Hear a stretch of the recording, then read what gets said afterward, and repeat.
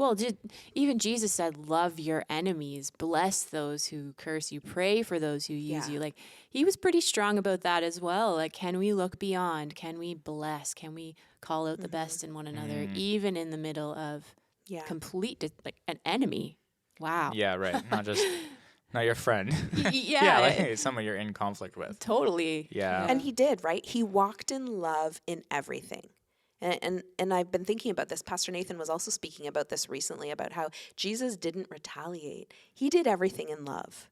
Now, we do see times where Jesus like called out sin. You know, we always go back to the like clearing of the temple and, you know, or calling out the Pharisees. So sometimes he did call out sin, but that was pretty rare, right? Most often he spoke words in love, right? He put people first in conflicts. Like, I can just think of story after story after story where he does that. And that's why I also love 1 Corinthians 13. Like, if that can also be, this is another tip. Like, if you can think about the strengths of people in the moment, perfect tool. The other one is just like memorize 1 Corinthians 13. Like, love is patient. It is kind. It is not, you got to help me out, people. It's patient. It is kind. It does Keeps no not record of envy. It does wrong. not boast. It doesn't keep any records of wrongs. Never fails. It never fails. Love always hopes, always protects, always perseveres. Love never fails. So, like, in those moments, before I speak to you in conflict, if I can have that in my heart, man, it makes a difference. Or before I text something or post something, like, if 1 Corinthians 13 is my filter, like Jesus loved to put people first, man, it changes relationships. Yeah. Yeah. And would keep us from some of those train wrecks of conflicts that we have. Yeah.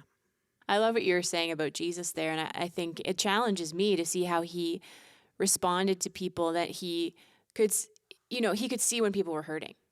And he appreciated that he was like, I came to heal those who are hurting. And so he didn't judge people based on their behavior or condemn them based on the choices they made because of the hurt that they had and the sin that they were living in.